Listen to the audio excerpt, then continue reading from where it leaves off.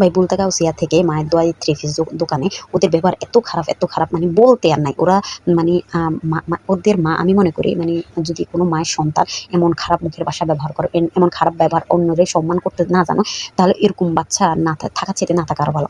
আমার জায়গা বা আমরা দুজন গেছি, দুজনের জায়গা যদি অন্য কেউ থাকতো তাহলে ওদের খালি গালাজ এবং ওদের মায়েও কথা শোনাইতো। বাট আমরা শুধু ওই মানে ফ্যামিলির পরিবারের মানে ওই সম্মানটা রাখছি। আর আমাদের মন মানসিকতা বা আমাদের নিজেদের সম্মান ছিল যে কয় না কুকুরের সারা জীবন সোজা মানে চুঙ্গের ভিতরে থাকলে ইয়া থাকে না। তো ওরকম টাইপের আর কি। আমরা আসলে কুকুরের সাথে কুকুর কামড় দিলে আমরা কুকুরের কামড় দেবো, এইরকম সেম ওইরকম ধৈর্য ধরে আসছি। আমি 2 মাস আগে জামা কাপড় নিতে গেছি, একটা সমস্যা ছিল, 2টা আমি এমনি চেঞ্জ করতে গেছি। ওরা আমার বলছে 5,000 টাকার জামা বাড়তি কিনতে হবে, নাহলে ওরা আমার চেঞ্জ করতে দেবে না।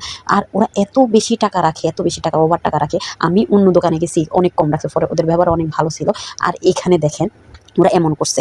আর আমি যখন প্রথম কিনতে গেছি তখনও একটা মহিলার মানে সাথে কিনতে গেছে, আপনাদের তো অনেক দাম বেশি রাখেন এই কথা বলছে। আর ওনারে এত খারাপভাবে গালি দিছে, মানে অনেক খারাপ।